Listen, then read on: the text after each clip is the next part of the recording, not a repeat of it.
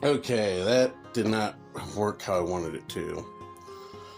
Essentially, I wanted to do a rip cut jig for my table saw. I am not talented enough, and those gaps are way too small for me to do safely and get the right dimensions. So, I'm going to jump over to my next option, which I haven't told you what this is for yet, but in due time. But I'm going to take the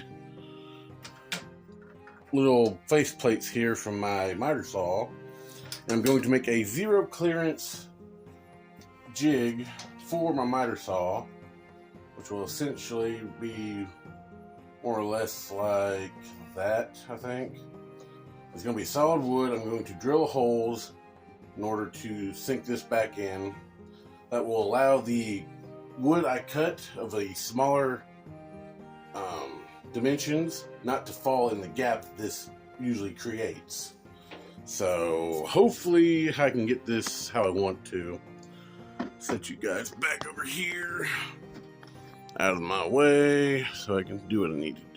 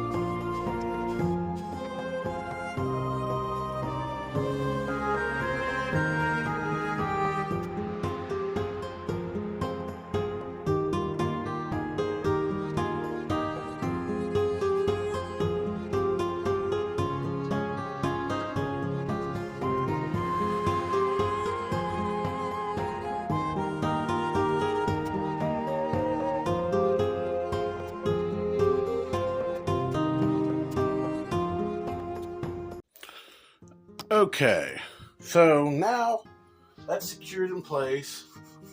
Shouldn't go anywhere. I believe it's called a zero clearance jig. And essentially what it's going to allow me to do is I can take a piece of wood and say I want just like a quarter of an inch taken off of this.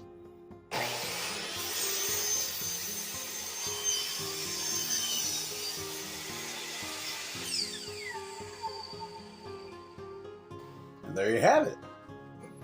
Like I said, there's no risk of this thing falling down into a gap and just getting chewed to death by the saw itself.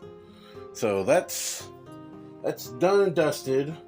I need to go ahead and do one more proper run all along this, even though I'm probably just going to use it right there. I may change back to the other one after I'm done. I don't know yet. But stay tuned and you'll find out what this is for. But until then, I'll see you guys next time. Bye.